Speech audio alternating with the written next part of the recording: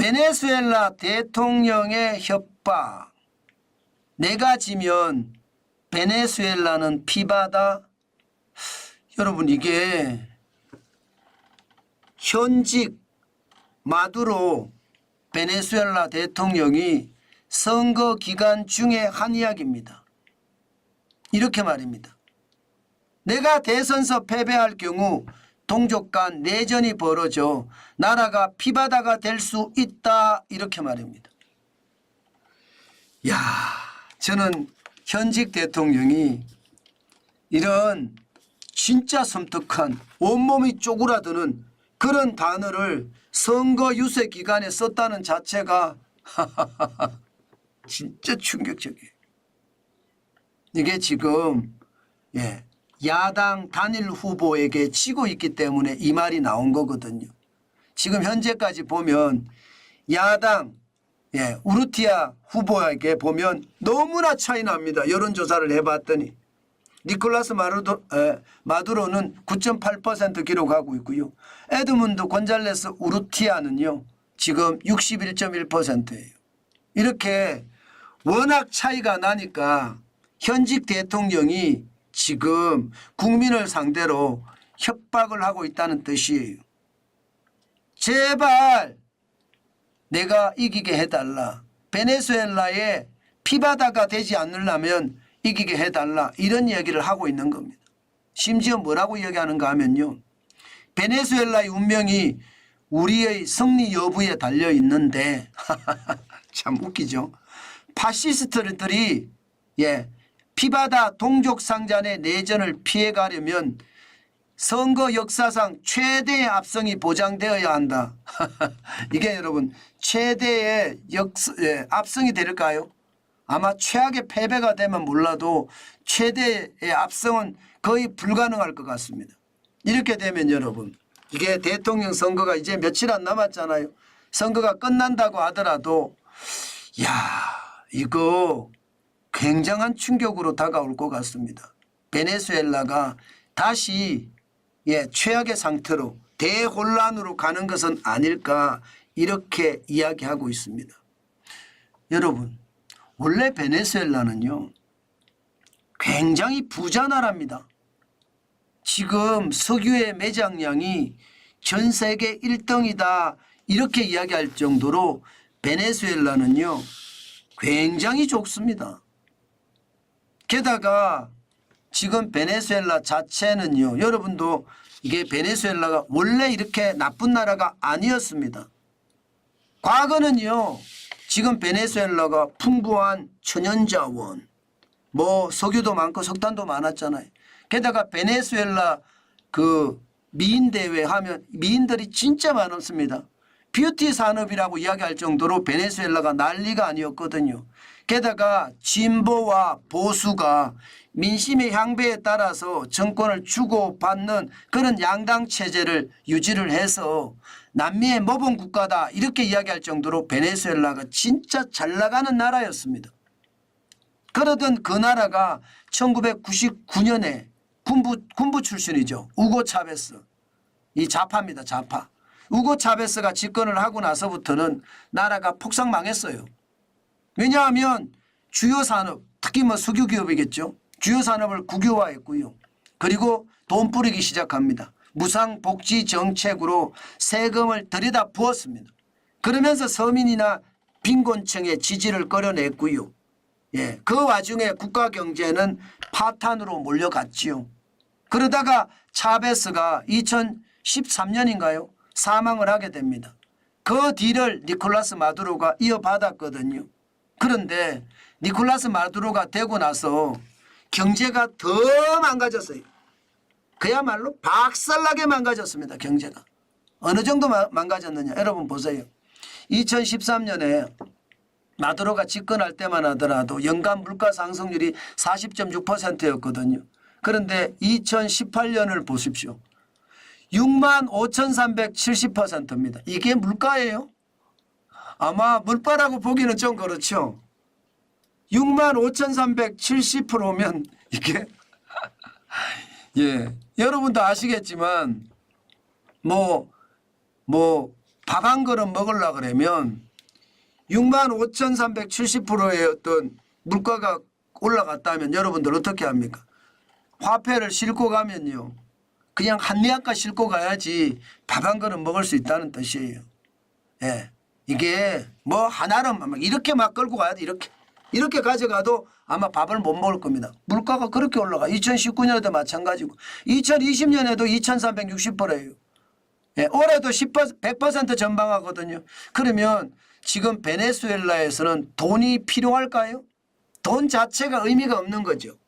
제가 휴지가 화폐 자체가 휴지가 됐다는 이야기가 바로 베네수엘라 이야기거든요. 베네수엘라가 좌파가 집권하면서 그만큼 말입니다.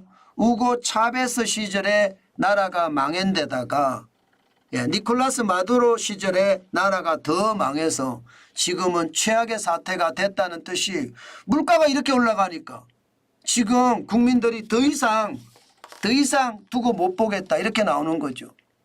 이게 여러분 총칼을 갖다 대도요. 진짜 배고파요. 그러면 총칼이 무섭지 않습니다. 지금 베네수엘라의 국민들 중에 뭐 거의 한 1,000만 명 가까이가 해외로 다 떠난다고 해요. 먹고 살 게 없으니까. 이 나라의 석유 매장량만 해도 세계 1등이라고 하는데 이게 권력가가 잘못 들어와서 사리 사욕만 채우고 있으니까 문제가 이렇게 된 겁니다. 실질적으로 마두로가 집권하고 나서 보세요. 지금 1인당 GDP가 여러분 지금 2018년엔 3,530불이에요. 2024년 3,870불이고요. 이게 첫 집권을 할 때만 하더라도 8,690불이었거든요. 그런데 이 나라가 가지고 있는 이게 중진류입니다. 중진류. 중진류만 퍼내서 세계 시장에 팔아도 이 나라는 배 부르게 떵떵거리면서 살 수 있는 나라예요. 그런데 좌파가 집권을 하면서 사실상 권력을 오래 유지하기 위해서 돈을 계속 뿌렸습니다. 선심성 포퓰리즘이라고 이야기하잖아요. 극빈층을 지지층으로 묶고 그 이면에서 저는 권력을 휘둘면서 지금까지 왔다는 겁니다. 이게 여러분 결국 말입니다. 결국 마두로 정권, 좌파 정권이 워낙 오래되니까 총칼을 갖다 대도 겁나지 않는다. 이제는 협박 같은 협박을 하지만 결국 그 협박도 통하지 않겠다. 결국 대선이 끝나면 지금 베네수엘라 정국은 대혼란으로 빠져들 수 있겠죠. 아마 그렇게 빠져들 겁니다. 게다가 현직 대통령이 절대로 대통령직을 안 놓으려고 할 거고 또 부정선거가 시작이 될 거예요. 그러면서 국민들은 이들에게 그냥 절여 밟히는 거죠. 절여 밟히는 거.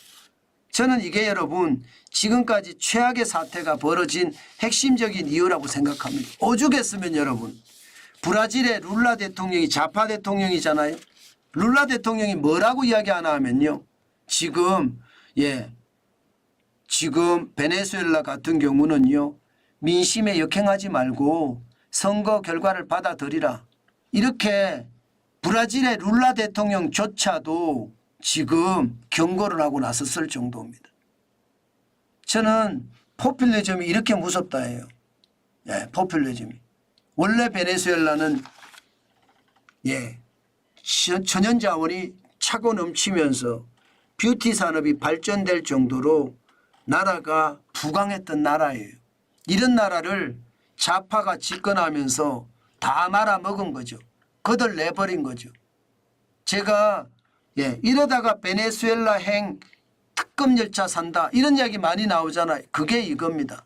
좌파의 어떤 포퓰리즘이 나라를 다 망치게 만드는 것. 이게 베네수엘라가 표본이에요. 그 잘 나가던 나라가 그 많은 천연자원 그 많은 석유들 다 몇몇이서 나눠먹는다는 뜻이잖아요. 저는 여러분 이런 국가 지도자도 좀 똑바로 된 국가 지도자가 있어야지 이렇게 욕심이 많고 권력에 화신인 사람들이 국가 지도자가 되면 그만큼 나라가 무너지게 돼 있습니다. 대한민국은 자유민주주의와 시장경제를 존중하는 나라잖아요. 그런데도 지금 대한민국은 선진국이라고 자처를 해요. 그러나 포퓰리즘에 많은 사람들이 또 무너지고 있다는 것을 보면 안타깝기 그지없습니다. 여러분도 민생회복지원금 들어보셨잖아요. 1인당 25만 원에 35만 원 지급하겠다는 거. 그게 결국은요. 돈을 뿌리면 그만큼 통화량이 늘어나고 그것이 우리 생활에는 더 악재가 됩니다. 그만큼 물가가 많이 오르고 경제가 무너지기 때문에 문재인 정부 때 돈 엄청 풀었잖아요. 저는 이것이 결국 나라를 망해갈 수 있는 지름길이라고 생각합니다. 포퓰리즘 배격해야 됩니다. 우리는 포퓰리즘하고 싸워야 돼요. 그래야지 대한민국 다워지고요. 대한민국이 더 건강한 대한민국으로 거듭날 수 있습니다. 지금처럼 포퓰리즘이 이렇게 많아서는 대한민국이 베네수엘라 된다. 그 말이 저는 틀리지 않다고 생각을 합니다. 참혹한 어떤 상황이 닥칠 수도 있다는 것 다시 한번 기억해야 된다. 그 말씀 오늘도 강조해 드립니다.